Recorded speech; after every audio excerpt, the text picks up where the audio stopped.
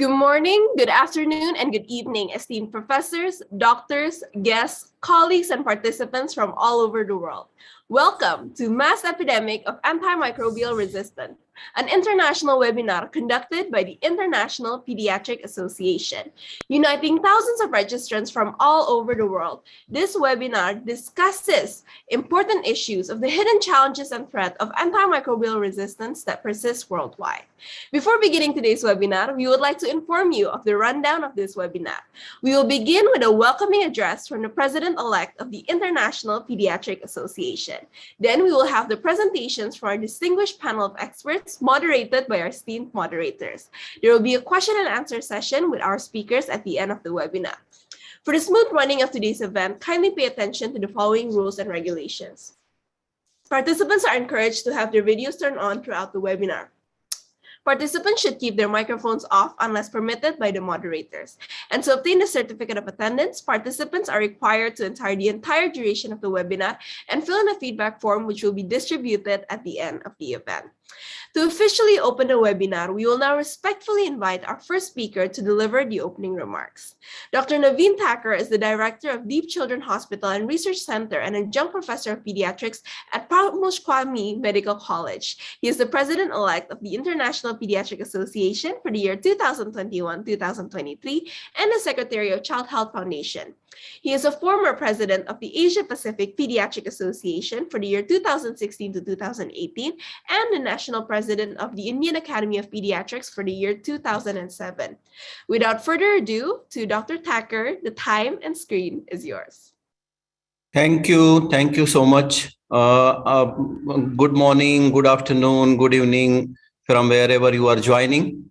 I welcome you on behalf of President of IPA, Professor Anwar Hassan Gulu, who could not be present today, but on behalf of him, I welcome you all for this very important topic.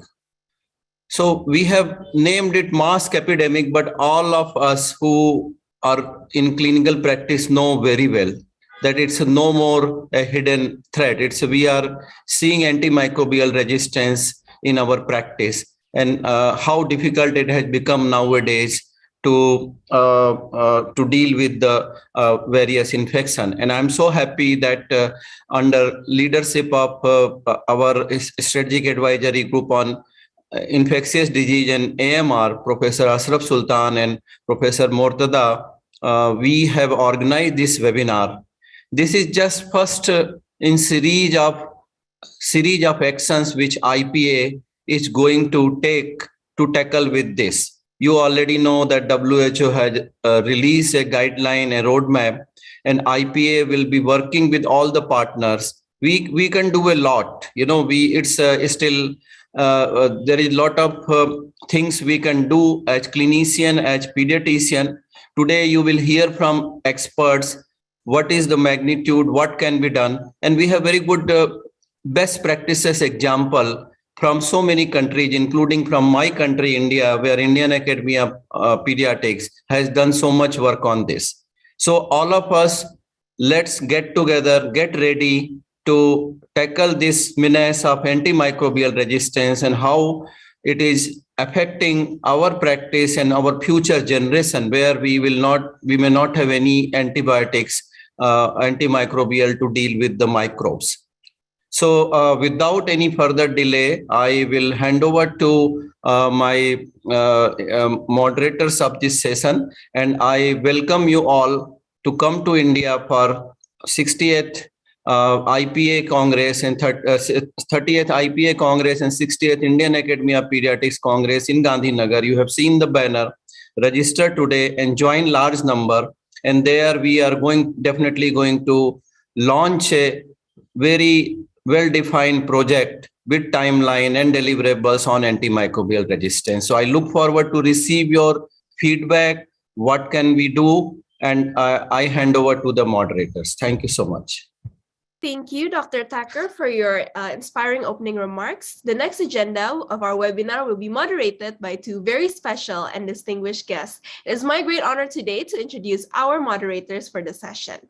Professor Mohammad Ashraf Sultan is a director at Mid-City Hospital in Lahore, Pakistan. Prior to this, he was a professor and chairman of the Department of Pediatrics, King Edward Medical University, Mayo Hospital, Lahore.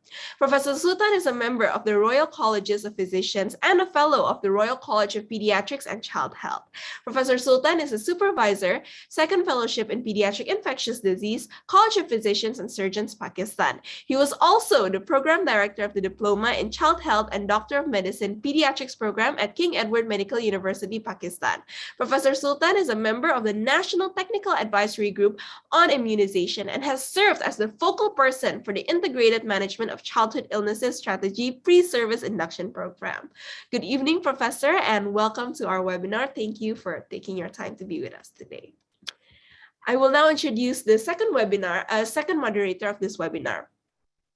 Professor Mortada H.F. El-Shabrawi is an emeritus professor of pediatrics at the Faculty of Medicine, Cairo University, where he was also a full professor of pediatrics from 1997 to 2014. He is a fellow of the American Association for the Study of Liver Disease, a member of several international associations or societies in pediatrics and hepatology, including the International Pediatric Association, European Association for the Study of the Liver, and the International Society of Tropical Pediatrics. With his extensive experience and contribution to child health in Egypt and across the globe, Professor El-Shabrawi has been awarded several awards, including the Cairo University Award of Appreciation in Medical Sciences in 2010 and the Cairo University Award of Distinction in Medical Sciences in 2018. And now to Professor El-Shabrawi, the time and screen is yours. Hello, everybody. Good morning, good afternoon, good evening, wherever you are in the world. I am very honored and pleased to be moderating this very important webinar. As Professor Thacker said, this topic is very, very important and is one of the important topics of the 21st century, the antimicrobial resistance. We are in the IPA, the International Pediatric Association, and particularly in the Strategic Advisory Group on Antimicrobial Resistance and Infectious Diseases concerned with the antimicrobial resistance. And we have two distinguished speakers in this webinar who enlighten us on the antimicrobial resistance in pediatrics as well as neonatology. I have the pleasure and honor to introduce without further delay the first speaker, a longtime friend of mine and of Egypt, Professor Michael Brady. He is now a professor of pediatrics at the Ohio State University, but he has been very active for more than 39 years in the field of infectious diseases in pediatrics.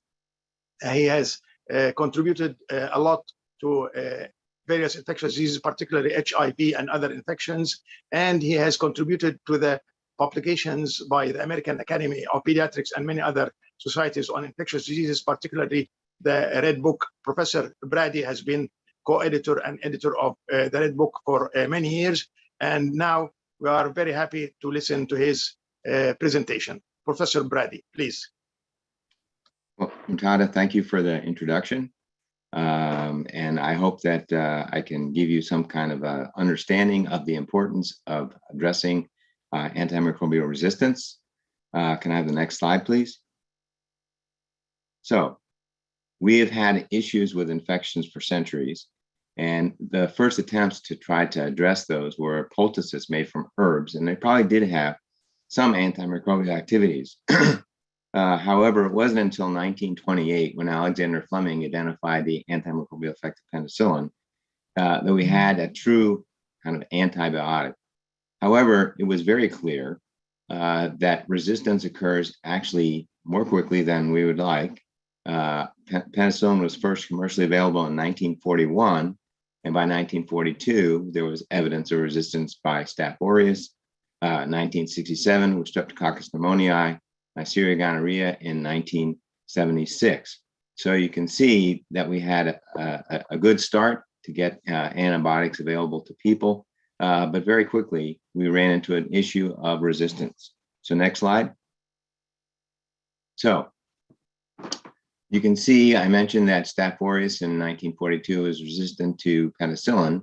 By 1961, kind of the replacement was methicillin and similar antibiotics, and we had resistance. By 1997, we had vancomycin-resistant Staph aureus. 2001, linezolid resistant Staph aureus, and by 2004, we had daptomycin resistant Staph aureus. So one of the things that's very clear is that resistance is a continuing process, and that it occurs even though we continue to develop additional antibiotics to try to address resistance. Next slide, please. So the World Health Organization has made a few statements that I think are important for us to understand, and I think many on this conference call or this webinar will already be aware. Antibiotic resistance is one of the biggest threats to global health, to food security, and development. Antibiotic resistance can affect anyone of any age in any country. And as pediatricians, we're obviously very interested in the impact on children. Antibiotic resistance actually does occur naturally, but misuse of antibiotics in humans and animals has accelerated the process. And we've had a number of infections which are now much more difficult to manage and treat, such as pneumonia, tuberculosis, gonorrhea, salmonellosis, because of antibiotic and antimicrobial resistance. And antibiotic resistance leads to longer hospital stays, higher medical costs, and increase in mortality. Next slide, please. So again, some additional facts from the World Health Organization. We now see that antibiotic resistance is at dangerously high levels in all parts of the world. No part of the world is spared. There are additional new resistant mechanisms that are emerging constantly. And we need to understand that in countries without standard treatment guidelines, antibiotics are often overprescribed by health workers and veterinarians and overused by the public. Next slide, please. So when you take a look at deaths, the World Health Organization has kind of identified the fact that by 2050, antibiotic resistance related deaths will be about 10 million. And you can see, compared to things like cancer and diabetes, et cetera, it's going to exceed those, which are very, very impactful conditions. But you'll see that if we don't do something about antimicrobial resistance, this particular problem will exceed even those particular conditions. Next slide. And right now, by 2050, there's an expectation that about every 3 seconds that somebody will die from an antibiotic resistant infection. Next slide. So when you look at the mechanism of action of antibiotics, you can see that they impact the microorganisms at the cell wall level, cell membrane, nucleic acid synthesis, protein synthesis, and folic acid metabolism. So they can have a broad range of opportunities for impacting the microorganisms that we're trying to kill. But the bacteria have learned how to modify some of these areas, such as the cell wall, cell membrane, synthesis of nucleic acids, protein synthesis, and folic acid metabolism. Next slide, please.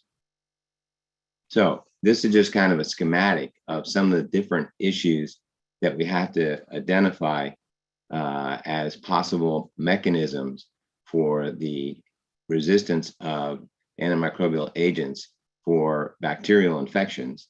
And you can see that the bacteria really take advantage of every opportunity that they can to try to interfere with the actions of the antibiotics that we are using.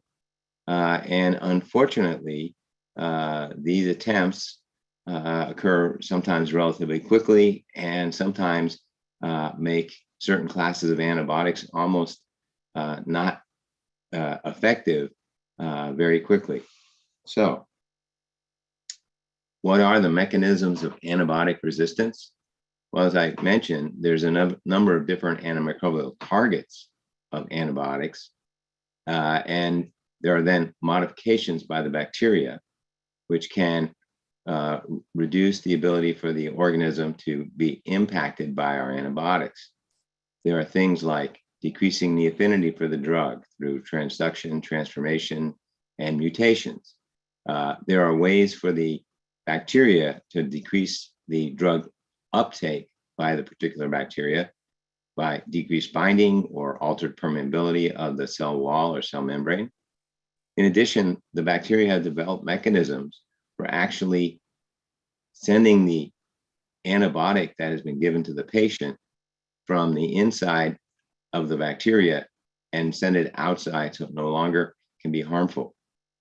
And these are things that are continually changing, and we need to be aware of the fact that as we pressure the bacteria to with antibiotics, that one of the problems we're going to run into is that they are going to develop mechanisms for evading the antibiotics.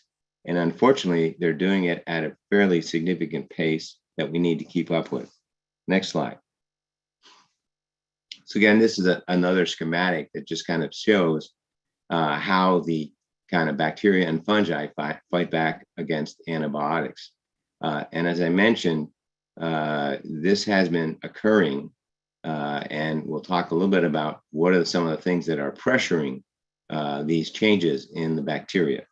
Next slide, please. So again, these are different mechanisms, and these are things where not only can the individual bacteria result in changes in the bacteria, they also can share these changes. So if there are certain components within a bacteria that has resulted in antimicrobial resistance, it not only can affect the ability for the antibiotics to kill the particular organism, that particular organism has opportunities through transduction, conjugation, transformation to actually share the ability for development of resistance. So that's why it has become extremely important for us to understand how we need to kind of circumvent the ability for the organisms to be able to modify, and in order to reduce the susceptibility to our antibiotics. Next slide, please. Next slide, this one. So the global burden of bacterial antimicrobial resistance in 2019, the most frequent antibiotic-resistant pathogens caused deaths globally were Escherichia coli, Staph aureus, Klebsiella pneumoniae, Pseudomonas aeruginosa, Streptococcus pneumoniae, and Acinetobacter baumannii. Next slide, please.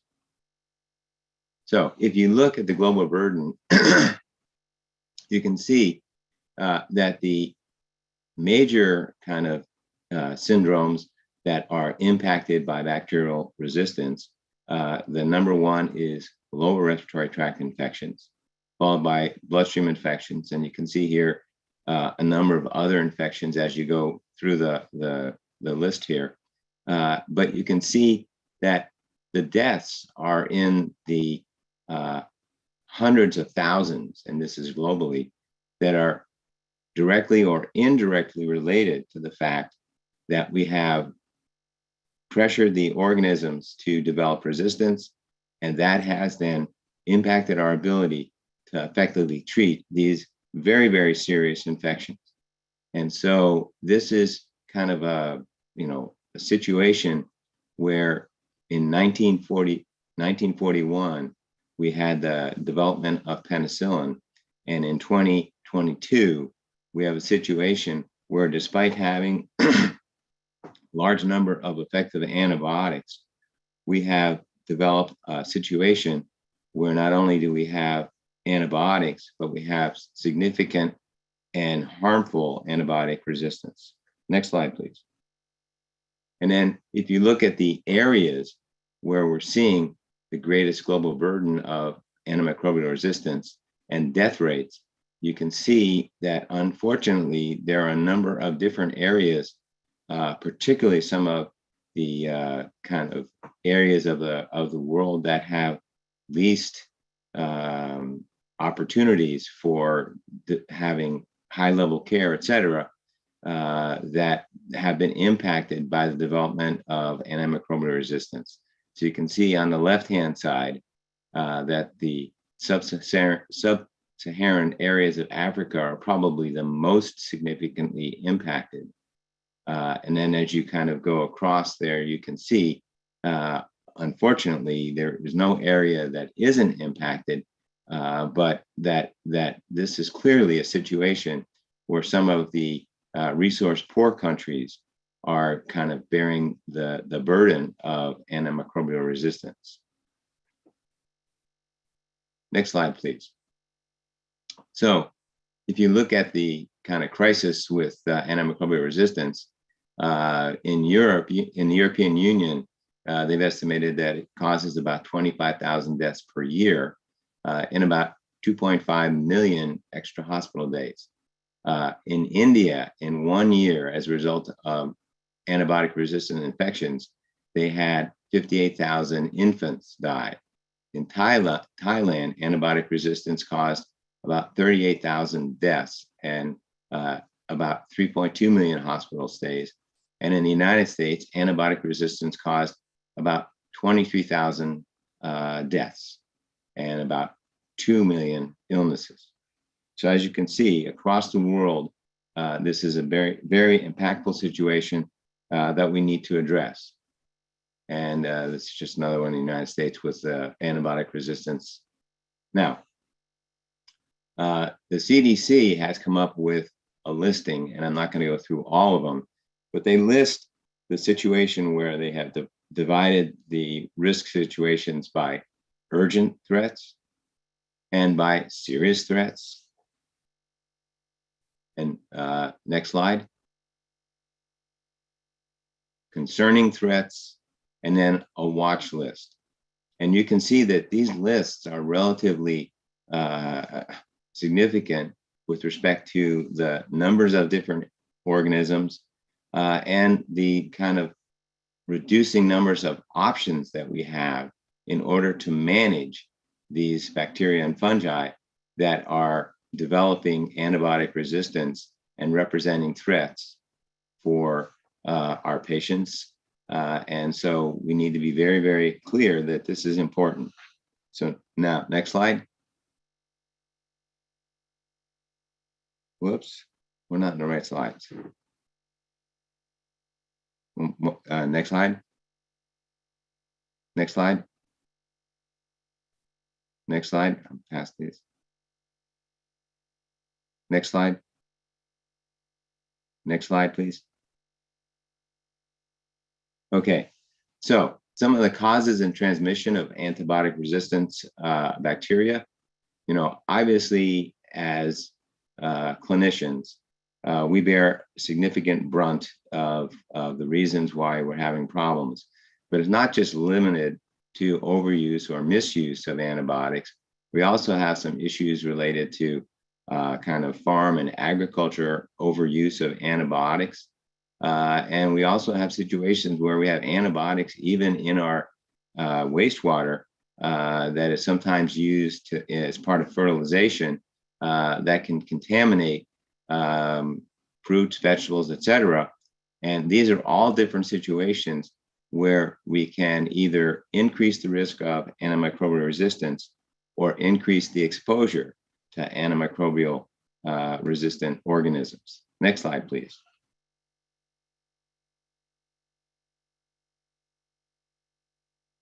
Okay, so again, this is just another kind of schematic of showing how there's kind of a chain of transmission of antimicrobial resistance. And it is very significant, but understanding this chain will give us the best opportunity to try to interrupt the chain and reduce antimicrobial resistance. So next slide, please. So what do we need to do? First of all, we need to make sure that everybody is aware and understands antimicrobial resistance. This is not just in the medical field. We need to make sure that all individuals are aware. We need to strengthen surveillance and understand better what's going on with research, because that's the only way we can target areas where we can reduce the incidence of infection with antimicrobial resistant organisms. We need to optimize the use of antimicrobial medicines. There is no question that overuse or misuse of antibiotics is highly responsible for the problem we're seeing with antimicrobial resistance. And we need to ensure sustainable investment in countering antimicrobial resistance. Okay. Next slide, please. So what we need to do is we need to make sure that the public is aware. And we need to have them understand that when they have some type of a medical problem where it may be an infection, we need to have judicious use of antibiotics and not just respond to requests for an antibiotic. We need to improve hygiene and prevent spread of infections, reduce unnecessary use of antimicrobials in agriculture.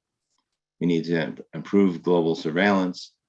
We need to promote new and rapid diagnostics, which will allow us to understand what the particular infection is more rapidly. And many times it's not a bacterial infection, and therefore we can avoid using antibiotics.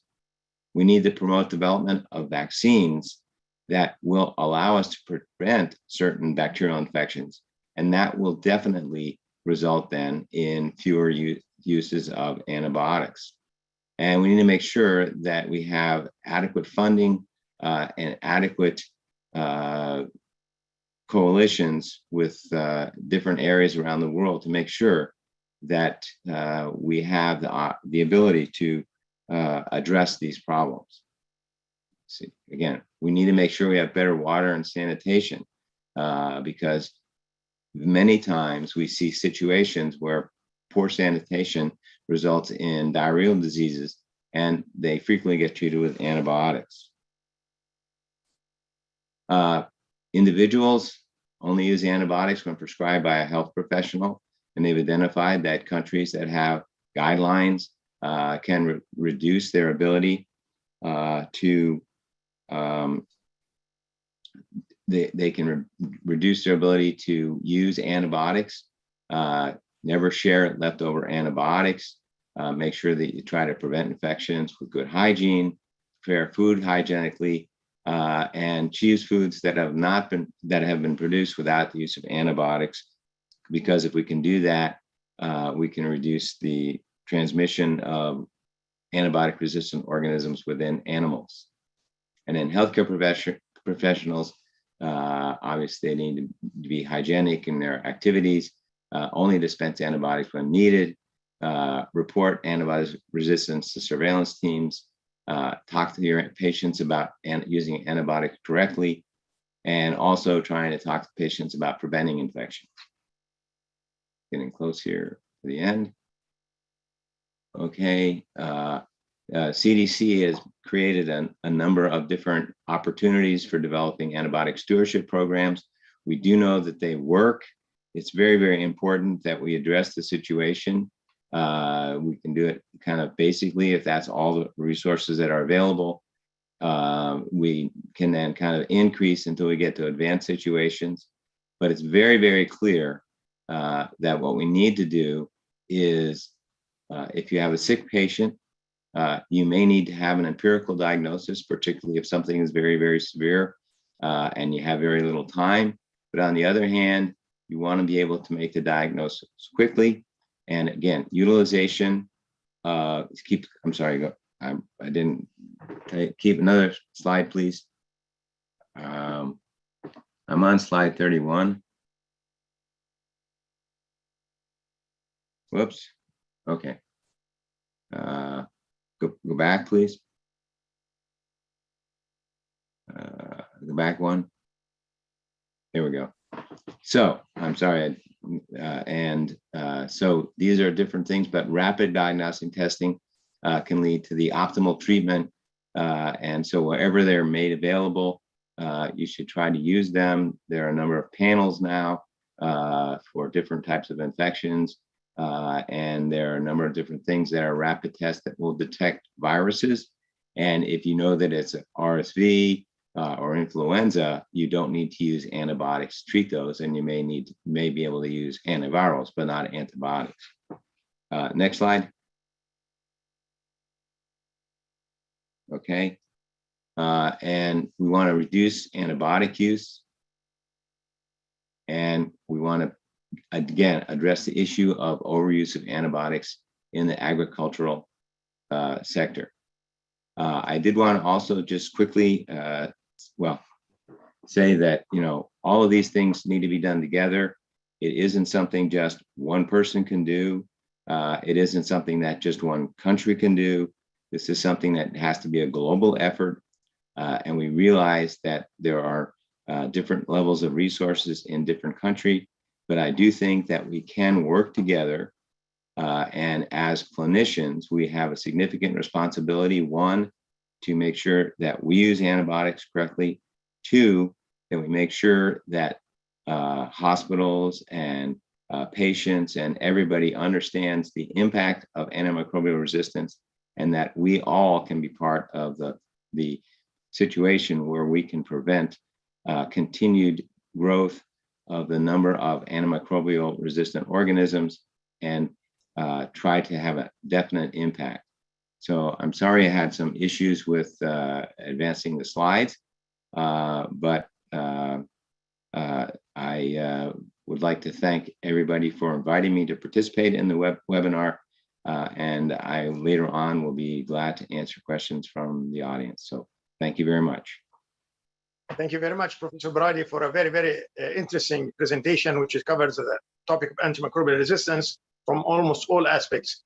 We have plenty of questions, but probably we'll postpone the questions till the presentation of Dr. Williams. Dr. Ashraf, can you present Dr. Williams? Hello, thank you, Dr. Mortada, and good day to everybody. We will continue to unmask this masked epidemic of antimicrobial resistance. And Dr.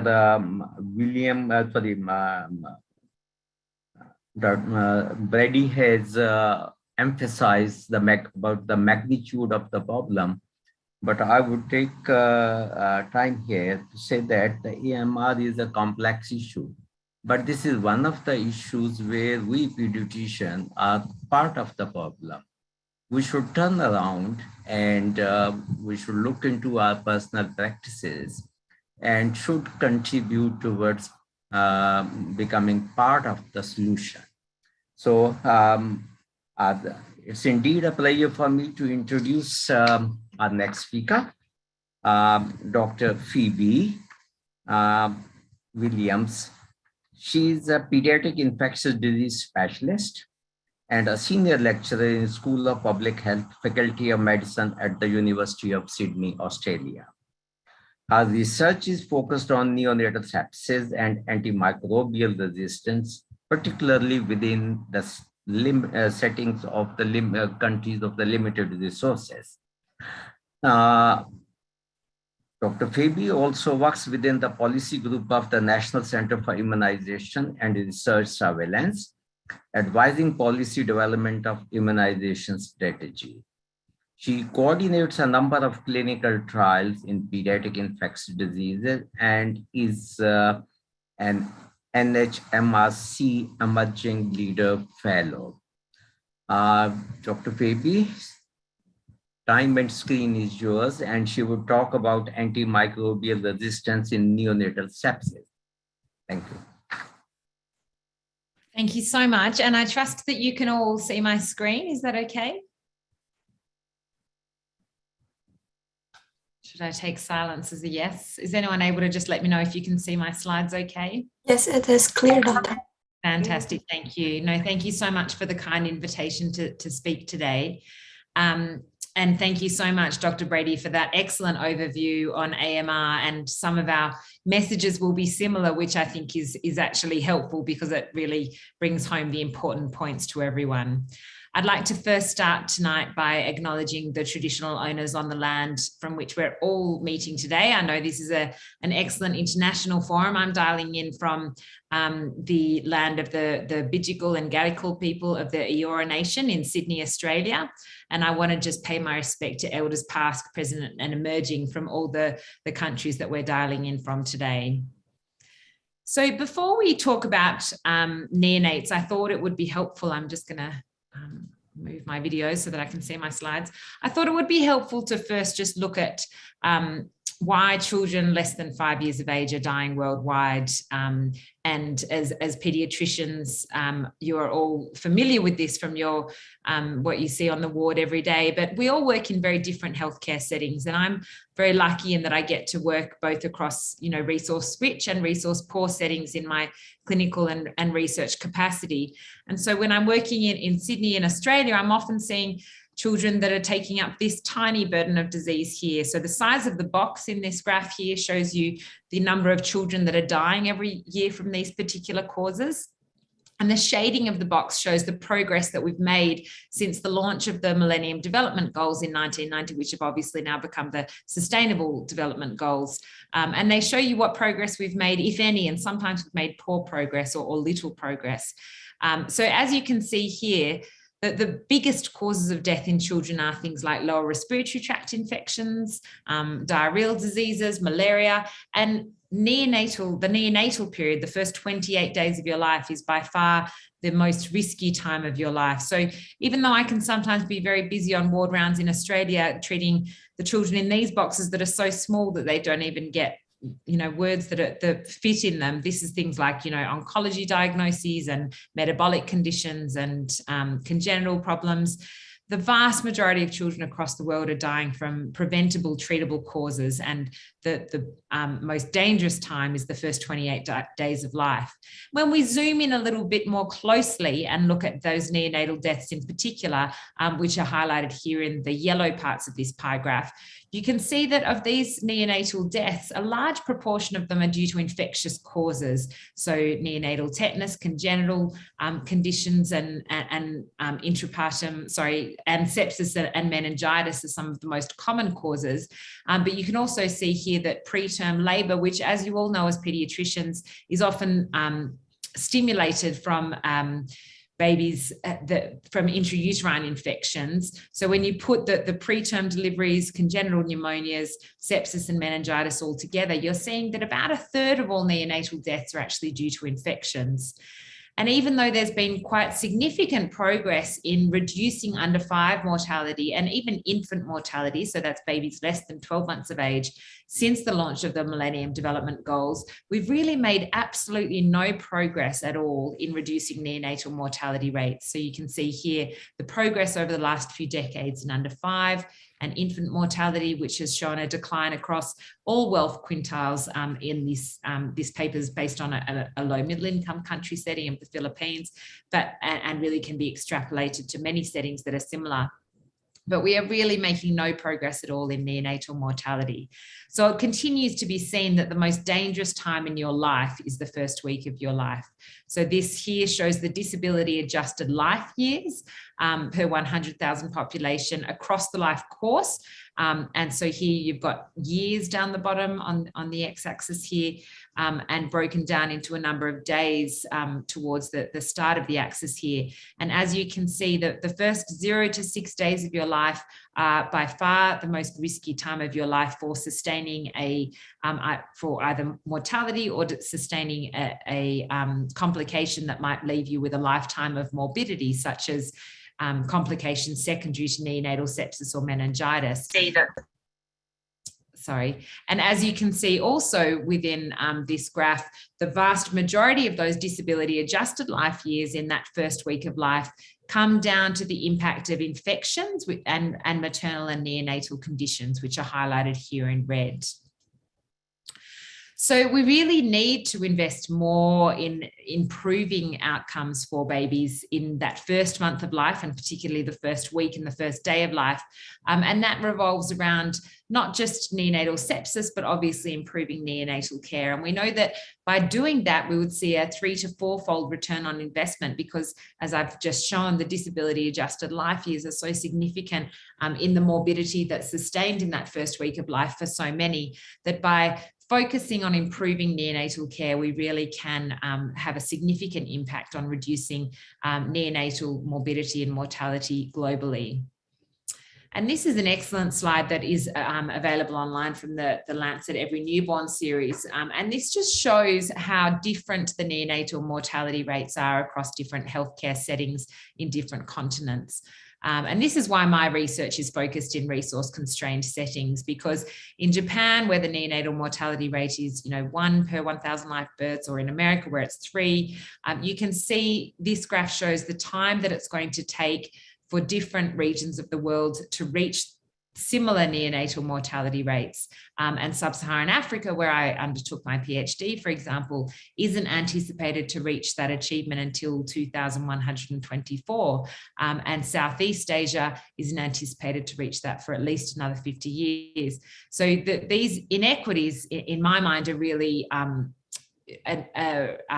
not something that we should just be allowing to continue to happen. And I think that we need a greater focus on not just newborn health, but also improving outcomes in newborns in different settings across the world. And so Dr. Brady's already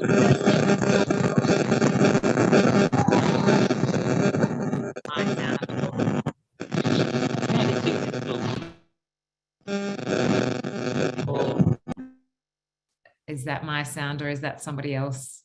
Hopefully someone else. I will keep on going and hopefully you can all hear me okay. But Dr. Brady's already given us a beautiful overview of the historical context of how quickly resistance to antibiotics has emerged over the last few decades. And we've seen this pie graph, which I think is a really powerful reminder of where we're standing at the moment with antimicrobial resistance, which, as we know as clinicians, is something that is already causing us clinical conundrums every day. But really, unless we act quickly and invest in this appropriately, we're going to see deaths from antimicrobial resistance outstrip other common causes like cancer by 2050. And as with many infectious diseases, deaths attributable to AMR are going to be inequitable across the globe. So when you look at the thousands or millions of deaths that are likely to occur due to AMR by 2050, it's regions like Africa and Asia that will sustain the greatest burdens. So what we're seeing already is that multi-drug resistant pathogens and those that harbour extended spectrum beta-lactamases or carbapenemases, as Dr. Brady so beautifully alluded to in his mechanisms of AMR, already account for 1 in 3 of all global neonatal sepsis mortality deaths that are occurring.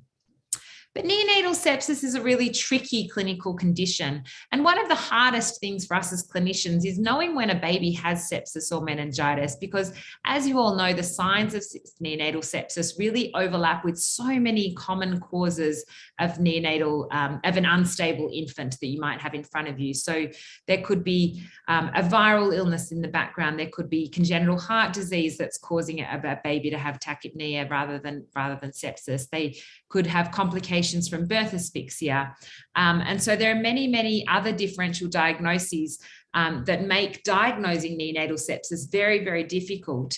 And when you look at the most common signs and symptoms that present with neonatal sepsis, you can see that many of these cross over with many other conditions that we commonly see in neonates. And so whenever we see an infant and we're thinking of neonatal sepsis, often, appropriately we reach to commence empiric antibiotic therapy. And that's because diagnosing neonatal sepsis is difficult, both from a clinical sign point of view, but also because we don't have great diagnostics. Blood cultures are a very insensitive test and give us information quite slowly, if at all. And so often we're giving broad empiric therapy. And in the background, we need to make sure we also consider other things that could be responsible for the presentation in that infant. So that, as I said, includes viral infections or fungal infections, which we're seeing as an increasing problem in neonatal bloodstream infections, CNS insults or endocrine or cardiorespiratory differential diagnoses. So it's important to not just always immediately start an unstable baby on antibiotics, but to do so if we have any concern about sepsis, but also consider all the differential diagnoses that might be occurring in the background. And so historically, I guess we all learnt in medical school about neonatal sepsis as being something that was divided into early onset and late onset sepsis.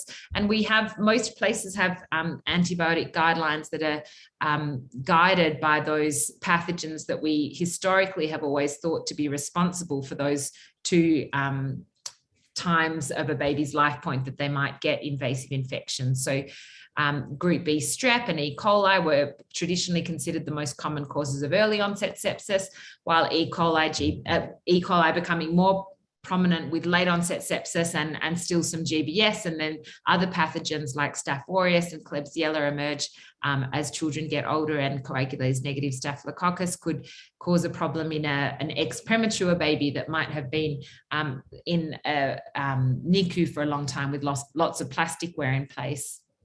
And so because we have those historic pathogens that are responsible, by our textbook teachings as being causing early and late onset sepsis, we have guidelines that have been curated to be directed against those pathogens. And these, I'm sure, are antibiotics that are familiar to many of you.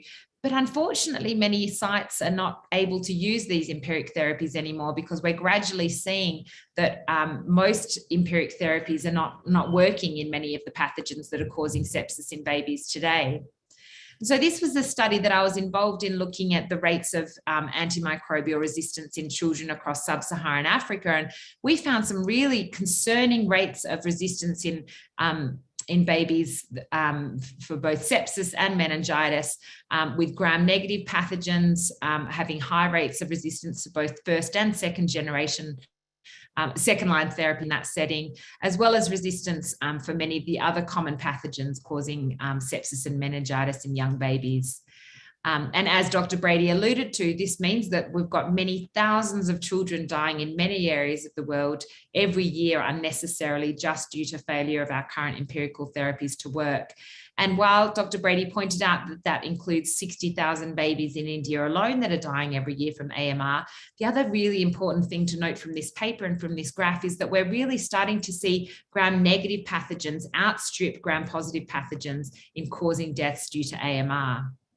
So I'll skip over these because it's been covered so nicely by Dr. Brady, but just to again bring home the point that antimicrobial resistance is not something that's affecting the world equally, and the greatest numbers of death are occurring in the most resource constrained areas of the world. And AMR therefore results in high neonatal mortality rates in low and middle income countries due to a number of reasons. First of all, they have a higher baseline burden of infectious diseases. So we know that the incidence of neonatal sepsis, even antimicrobial susceptible in neonatal sepsis, is 10 times higher in resource constrained settings than in resource rich countries. These tend to be settings that have weaker healthcare systems, with overcrowding being quite common. And because of overcrowding, you see gram-negative organisms predominate, and particularly outbreaks of gram-negative organisms are quite common in many of these settings. And then once there are outbreaks of these multi-drug resistant pathogens, there's often insufficient access to effective antibiotics in many of these settings. And so we now know that up to 50% of the common isolates from healthcare facilities in low and middle income countries will be resistant to what are the current WHO recommended first-line antibiotics. So importantly, we are, as I said, seeing a greater and greater burden of deaths attributable to gram-negative pathogens. So E. coli and Klebsiella are starting to take quite significant prominence, along with MRSA, deaths due to MRSA, which are implicated in Staphylococcus aureus infections. And as Dr. Brady alluded to as well, going through this paper, bloodstream infections, which is of particular importance for neonates, are the second most common cause of death due to antimicrobial resistance worldwide. And when we look at which pathogens cause the most deaths by absolute numbers, again, you can see that some gram-negative organisms in particular are responsible for a huge number of deaths. So Acinetobacter baumannii, E. coli and Klebsiella pneumoniae, I think together cause the biggest problem for neonatal intensive care units worldwide at the moment.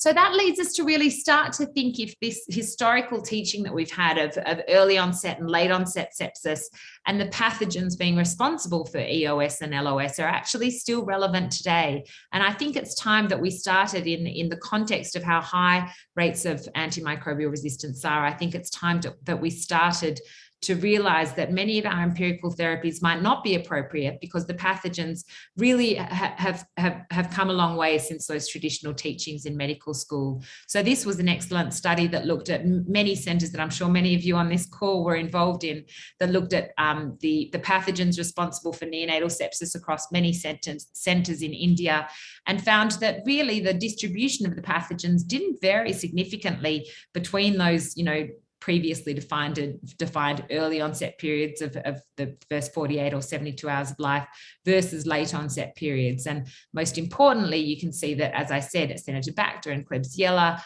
were responsible for a large number of deaths across that early period of life. And then the Barnard study has also recently been published, which again showed that the vast majority of neonatal sepsis isolates were due to multi-drug resistant gram-negative organisms, with many of the pathogens isolated in this study resistant to at least one beta-lactam and one aminoglycoside. So again, indicating that our current WHO empirical therapies are probably not efficacious anymore in the context of growing AMR. And the NEO-AMR network also did an excellent review from a number of neonatal intensive care units over the last couple of years that revealed, again, very, very high rates of gram-negative resistance to third-generation cephalosporins and carbapenems. As you can see in Bangladesh, 84% of gram-negative organisms were resistant to third-generation cephalosporins and 80% resistant to carbapenems. So very, very high rates in some healthcare settings. And we know that AMR is a risk factor for neonatal mortality. So this was a lovely paper that looked at death due to multi-drug resistant pathogens in babies in Vietnam. And they found that because of the delay that typically occurs in hospital-acquired infections with babies that have multi-drug infections, that there is often a higher case fatality rate in those infants. And the authors concluded that the absence of effective drugs contributes to the increased mortality seen in their neonatal cohort, and empiric therapy might fail due to antibiotic resistance. And all this occurs in a really slow and dry antibiotic pipeline. So as both Dr. Brady and myself have shown, we really see evolution of antibiotic resistance quite quickly once new antibiotics are discovered. But what we know now is that the rate of AMR that's developing globally is not keeping up with the rate of new drug discovery. And even more importantly, the new drug discovery pipeline for children and particularly for neonates is nothing compared to what is on the radar for adults. So these two graphs here are part of a publication that will soon come out that I have authored with a number of authors across the world that has looked at the number of clinical trials for new antibiotics that are currently being conducted. And in yellow here, you can see the number of trials happening in adults. In orange, you can see the number of trials happening in children. And this tiny slice here are the number of trials happening for new antibiotics that might be relevant for use in neonates.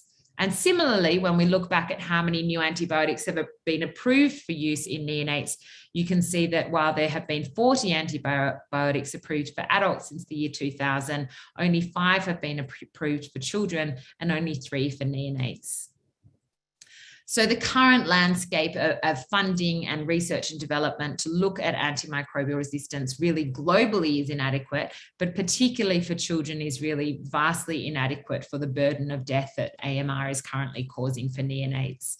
And there are many strategies, though, that are looking to address this, and most importantly, to try and actually just get some of this burden out there into the literature. So I've presented some of the recent publications today, and I'm also very lucky to lead a collaboration called NeoSeq that is trying to better ascertain what the rates of antimicrobial resistance are across the Southeast Asia and Pacific area, which are really areas where we know from a clinical point of view that there are many very difficult gram-negative hospital-acquired infection outbreaks occurring in many of these neonatal intensive care units, but there's just not enough global attention on working to find solutions for those outbreaks and better drugs to reduce the morbidity and mortality that they're causing. So what we anticipate will happen over the next 5 to 10 years is there will be some big clinical trials that will look to see if we can come up with better empirical therapies that are better targeted to improve the outcomes for children that have sepsis, so that we can ensure that in regions of the world where we know that antimicrobial resistance is high, that we can be giving those infants treatments that are likely to be efficacious for the epidemiology that is causing infections for them locally. And before I finish, there was just one last point I wanted to make. I've talked a lot today about, the burden of antimicrobial resistance and the problems with our empirical therapy and overprescribing in many instances, and often jumping to too broad spectrum of therapy if we're worried that empirical therapy might not be efficacious. But I think it's also worth bearing in mind as we finish this webinar that there are many children that are actually also dying at the same time due to a lack of access to any antibiotics. So we know that a lack of access to simple antibiotics like penicillin or amoxicillin is currently causing many thousands of deaths due to pneumonia in children worldwide. And so we need to really try and strike that balance to find to ensure that we don't overprescribe and overuse antibiotics and see AMR become more of a problem. And by the same token, we also need to make sure that children everywhere who need antibiotics are appropriately diagnosed and treated and receive that antibiotic course that they need. So thank you so much for your time and attention today. I think there are a few people on the call today from Indonesia, and this is a recent site visit I did to a fantastic hospital in Bandung, and their incredible infection prevention and control team that are working very, very hard to address antimicrobial resistance there. And I look forward to taking your questions. Okay, thank you very much, Dr. Phoebe, for an excellent presentation and highlighting the magnitude of AMR as a significant factor in the high neonatal mortality, and also emphasizing on investment in development of newer antibiotics, because there aren't many in the pipeline. Thank you very much. And now I hand over the mic to Mortada for question and answer, which are addressed to Dr. Michael Brady. Thank you.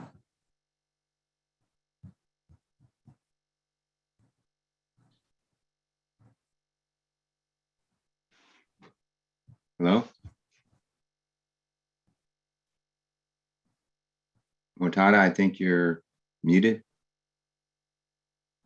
I can't.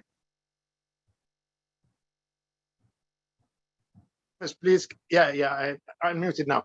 Thank you very much, Phoebe. Thank you very much, Mike, for two very interesting talks.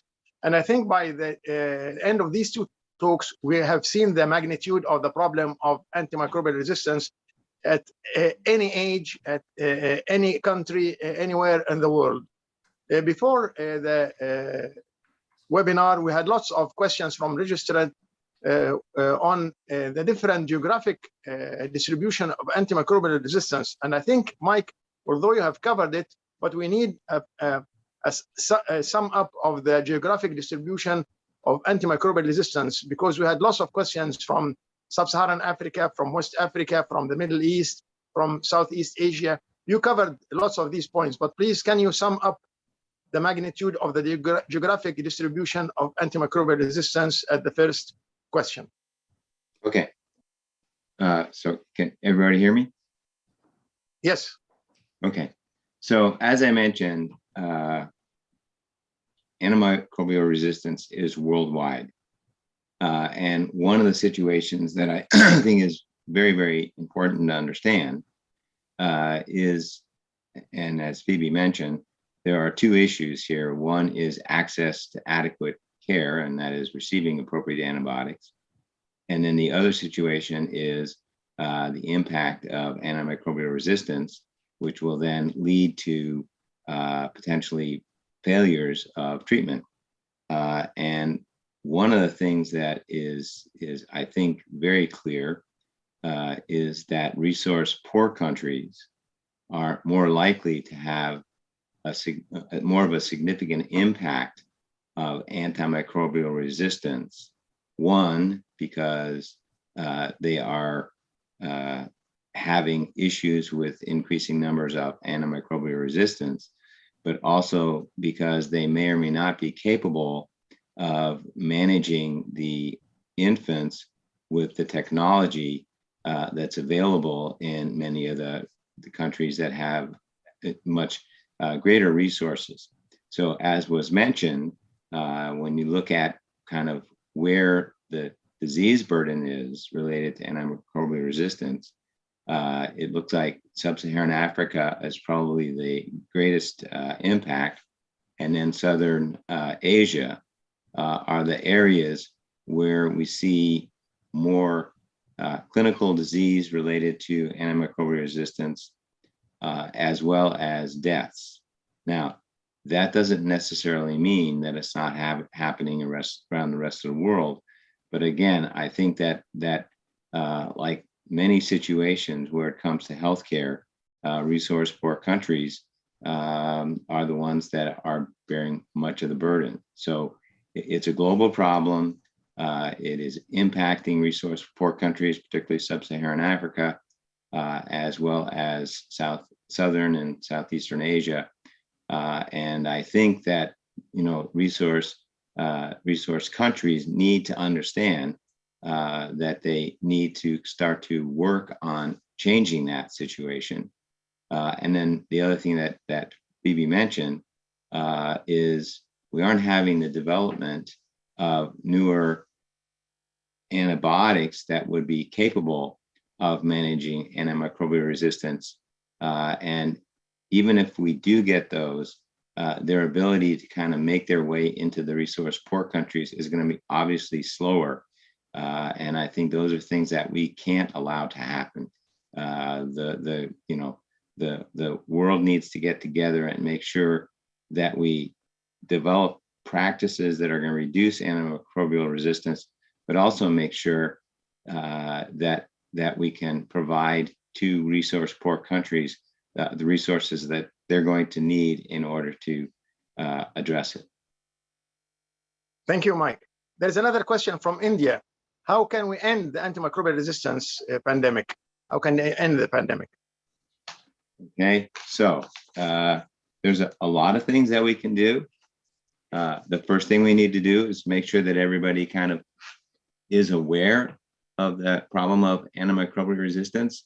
It's unlikely we're going to get people who can make the difference, whether it be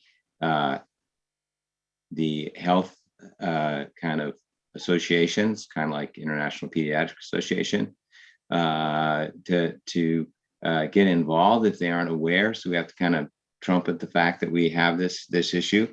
But then I went over a lot of different things, and some of them, things like water sanitation, is something that would be valuable not only to prevent antimicrobial resistance, but just the general health and well-being. We need to work on that. We need to kind of work on strategies to try to ensure that antibiotics are not used inappropriately, which means, again, helping countries develop the resources to do rapid diagnostics so they can sometimes avoid using antibiotics, particularly if things like viral infections are identified more rapidly. I think that we need to continue to address the fact that a tremendous amount of antibiotic resistance is occurring in agriculture, and that, again, is something that may be more problematic in some of the resource-poor countries, but it's something that has to be addressed. And then I think we have to address the fact that many times healthcare settings are kind of the location where a lot of this antimicrobial resistance is developing, and we need to have strategies. And again, they may be different in resource-poor countries rather than in other areas, but they are equally necessary. Another question from Nigeria, Mike. They are asking, how can we overcome the problem of indiscriminate access to antibiotics and at the same time lack of effective antibiotics? How can they overcome this in Nigeria? Well, I think that, so first of all, much of the overuse or misuse of antibiotics is being done in the healthcare setting. And that's something that is true all across the world. The other situation, though, is there are many places where it's easy to get antibiotics without even a physician's prescription. And I think that that is something else that also has to be addressed, is that we can't just indiscriminately allow access to antibiotics in settings where they may not be appropriate. So I think we need to kind of work on education of not only physicians, but also the general population about the value of antibiotics, but the potential harms of misuse of antibiotics. The other thing that I think is very important is that Phoebe mentioned that when it comes to children, and particularly she was discussing the issue of neonates, there just isn't an adequate amount of investment in trying to figure out how to get more and more antibiotics adequately studied and then available for use in pediatric patients. And, you know, I think that a combination of appropriate access, so as was mentioned, some children die, not just from antimicrobial resistance, but also from lack of receiving antibiotics. But in addition to that, trying to make sure that it is used appropriately. Thank you, Mike. I think the discussion can go for hours and hours, but I believe for sake of time, I'll just jump to the last question, which is a very clever question. What do you advise the young pediatrician, either in office or in hospital, to do in order to avoid developing antimicrobial resistance for his kids? Well, you know, as I mentioned, I do think that clinicians are the ones who can have a significant impact.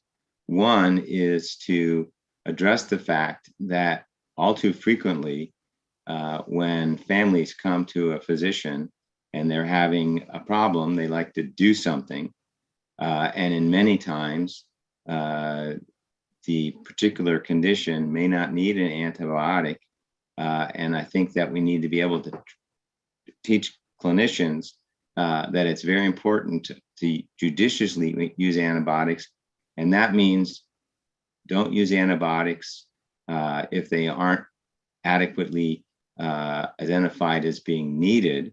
I can tell you in the United States, one of the biggest problems that we have is overuse of treatment of children for the diagnosis of otitis media, which they've identified is not frequently there when the antibiotics are given. And so I think that the clinicians need to be aware of the fact that they need to establish the correct diagnosis and only give antibiotics when necessary, and not to respond to parents' requests for antibiotics if they aren't needed. Thank you very much, Mike. And I think we have to stop there for sake of time. And I thank all the participants for their very valuable questions, and probably they might be answered by email later on. I'll send the microphone to Dr. Sultan. Dr. Sultan? Yeah, thank you, Mortada. I think there could be some overlap of questions if the subject is the same. There is first question for Dr. Phoebe that what's the pattern of gentamicin resistance among neonate in developed and developing countries? And I'll club another question from Saudi Arabia with that is this the time to change neonatal septic empirical therapy practices? Thank you for that. So aminoglycosides are actually one of the few classes that have retained some susceptibility, not uniformly, but certainly there are some aminoglycosides that still have quite good susceptibility profiles for gram-negative pathogens in many settings of the world. in terms of, the current empirical therapies, I think we're at a really similar to the sort of access and excess equation. I think we're at a bit of a tricky time in terms of knowing what to prescribe as an empiric therapy for our neonates as well. And I really think that comes down to a different empirical regime for every intensive care unit. What I would try and advise against is having a broad spectrum antibiotic as your unit's empirical therapy. The NEO-AMR network have done a very nice point prevalence prescribing survey that has looked at what different NICUs are using as their first line therapy. And many units are using things like carbapenems or amsulbactam or pip/tazo as their first line therapy for neonatal sepsis. And by using such broad spectrum therapies, you then very quickly put selection pressure on the pathogens that might be being harbored within that intensive care unit. And very quickly, you then see resistance to even those broad spectrum therapies emerge. So then you end up with, outbreaks of multi-drug resistant Acinetobacter baumannii infections or carbapenem resistant Enterobacterales. And so while we need to bear in mind that ampicillin and gentamicin might not be necessarily the most appropriate first-line therapy for your unit based on your local antibiograms. For many settings, it still is. So in Australia, we absolutely use AMP and Gent as our first-line therapy for neonatal sepsis because you do want to keep prescribing as narrow as can be. But what we really need is we need a good worldwide picture of the data to understand what the pathogens are causing neonatal sepsis in each country and in different healthcare settings in different countries, because, urban is very different to rural settings and community-acquired infections are very different to hospital-acquired infections. And once we have that good baseline demographic data, then it's time to look at revising the WHO empirical therapy guidelines so that empirical therapy can be targeted to patterns of resistance that we see in specific regions of the world. And that will happen over the next 5 to 10 years. So there's GUARD-P, for example, have a big platform trial that is anticipated to start recruiting over the next couple of years that, again, many of you might be involved in as sites, that is looking at different new empirical regimes using agents like amikacin, fosfomycin, colistin, and also some of the newer antibiotics, like cafetericol, and comparing which of those agents have best outcomes for many of those neonates. And I think that as that data is gradually accumulated, we will see a change in the WHO guidelines. But for the time being, the best thing to do is to stay as narrow as possible, but bearing in mind your local antibiogram. Okay, thank you. There are two questions from Indonesia, that how to avoid misuse of antimicrobial.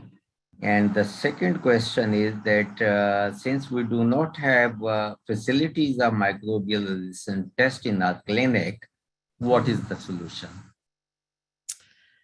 Very, very difficult. And I think the solution is that we need to make sure that access to diagnostics and efficacious therapy where AMR is a problem is more equitable worldwide. I think there are a few,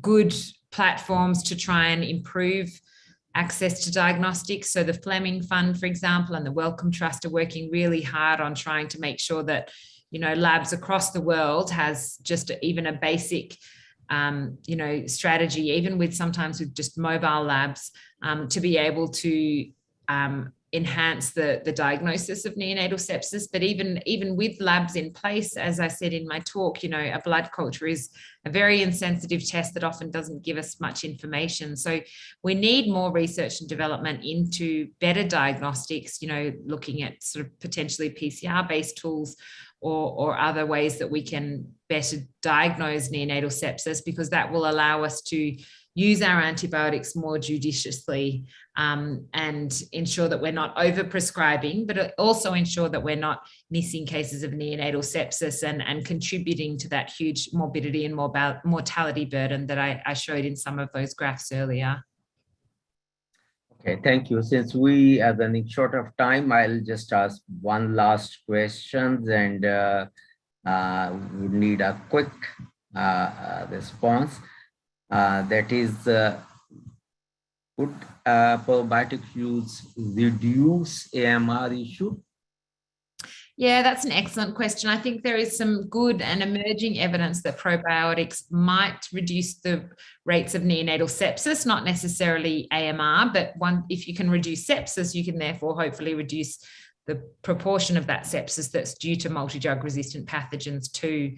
I know there are a few good studies that are still recruiting, and there have also been some previously published papers showing that specific probiotics might reduce rates of neonatal sepsis, but it might be confined to specific populations, and we know that some probiotics can even have adverse events in some populations, like significantly immunosuppressed patients. So I think that's a really good question, and certainly an emerging field, but one that we need to gather a little more data on before we conclusively say that probiotics reduce neonatal sepsis and which probiotics work.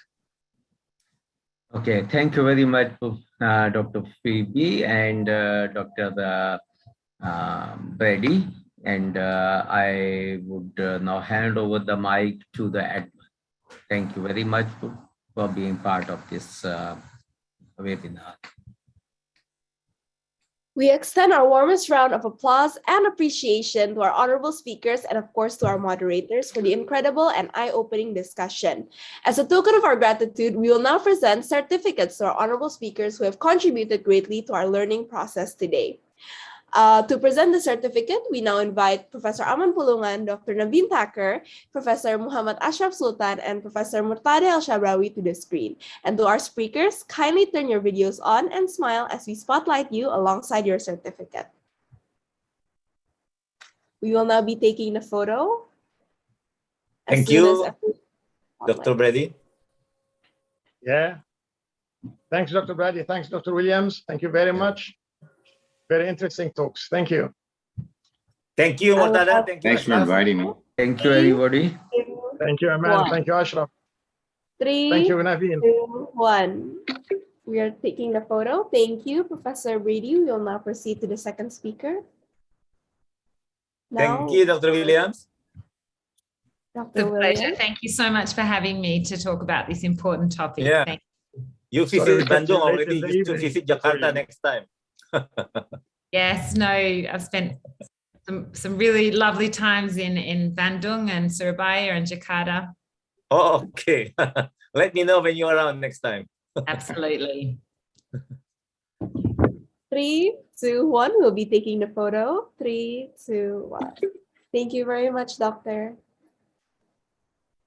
Of course, no event is complete without the photo session. We now invite once again our honorable speakers, guests, and moderators to turn your videos on as we take the group photo. And to all the participants, kindly turn your videos on as well, as we will take a group photo with all our distinguished speakers and moderators. Let us give a few seconds to wait for everyone to turn their videos on. 3, 2, 1. 3, 2, 1. Okay, we'll now be taking the photos. 3, 2, 1. 3, 2, 1. We're in one slide. 3, 2, 1. 3, 2, 1. Thank you, Helena. Thank you. That concludes the photo session for today.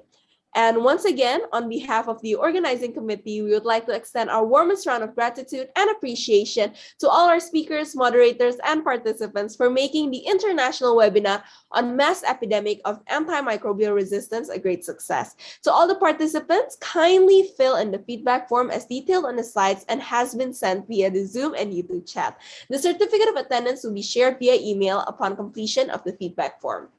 Furthermore, the International Pediatric Association also conducts routine webinars with a wide range of topics concerning child health. To keep yourselves up to date, we urge you to follow IPA on our social media platforms as detailed on the slide. We also have several opportunities for you to participate in IPA webinar and activities. First, IPA will be having the IPA Congress next year in 2023. For more details, log on to www.ipa2023congress.org. IPA also provides opportunities for healthcare workers to enroll in the IPA Vaccine Trust course to become a certified vaccine champion. The course is open to all healthcare workers for free. Kindly refer to the post and the IPA website for more information. Sorry. We also have an upcoming webinar from the IPA Subcommittee on Education and Advocacy monthly webinar series with the topic Tips on Child Environmental Health for the Practitioner on the 22nd of July, 2022. This webinar is exclusively for pediatricians, doctors, and healthcare professionals. Stay tuned to the IPA social media for more information regarding this webinar. Once again, warmest round of gratitude to all parties who have made this webinar a great success. Thank you, and we hope to see you at the next webinar. Thank you. Thank you, Helena. Thank you. Thanks, everybody. Thank you very much for all your Thanks, help. Mike. Thanks, Phoebe. Thank you. Have a good day. Bye-bye. Bye. Bye. Bye, Mike. Bye. Thanks, Mortada. Thanks for inviting me. Thank you very much. See you soon.